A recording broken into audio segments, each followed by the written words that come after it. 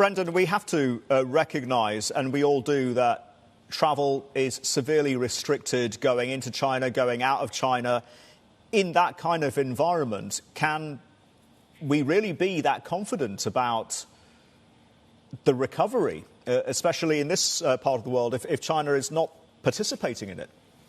Well, we can't have a full recovery in this part of the world without China. I don't think anybody can pretend that's going to happen. So everybody's waiting for China to reopen and to see, what happens when they reopen. What kind of travel patterns will we see from China when outbound China finally does reopen? Whether we'll see return to what we saw pre-COVID, which was a massive number of group travel, particularly to Southeast Asia.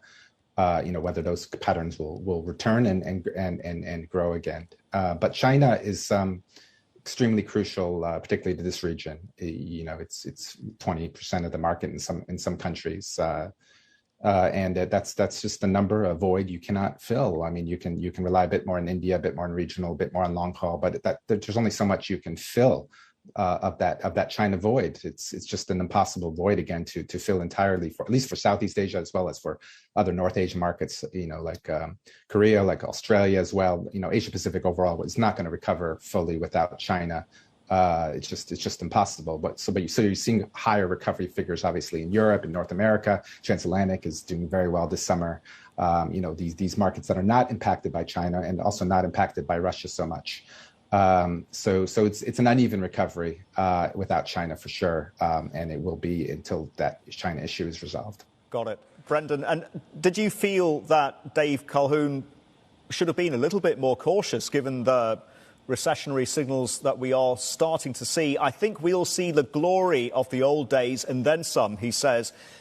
Can we rule out the prospects of an air travel recession on the horizon? Well, there's always blips and recessions over a long period, and you have to take the long view. We've obviously had reductions during the pandemic. A lot of those reductions have come back. There's quite good demand now for aircraft, particularly outside Asia. Those regions that have had a recovery and also that have older fleets that are under pressure to be renewed even faster now, given the environmental considerations. So there's good demand there, and if you do have a recession, and I'm not going to predict one, nobody really can, that's usually short term. It's not long term, and airlines still have to plan for the long term future in terms of orders.